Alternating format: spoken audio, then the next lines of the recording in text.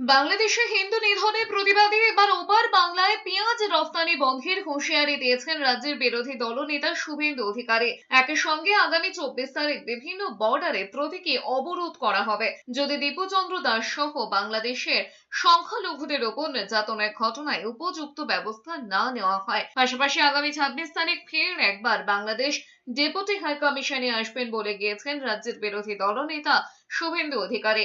বস্তুত বাংলাদেশে হিন্দু যুবক খুনের ঢেউ আছড়ে পড়েছে কলকাতায়। ওপার বাংলায় হিন্দু যুবককে খুনের প্রতিবাদে কলকাতার বিগবাগানে হিন্দুত্ববাদী সংগঠনের নেতৃত্বে প্রতিবাদ মিছিল করেছেন শুভেন্দু অধিকারী। যদিও বিগবাগানের কাছে এই মিছিলকে আটকে দেওয়া হয়েছিল। মিছিলে অংশগ্রহণকারী সাধু সন্তরা বসে পড়েছিলেন সেই অংশে।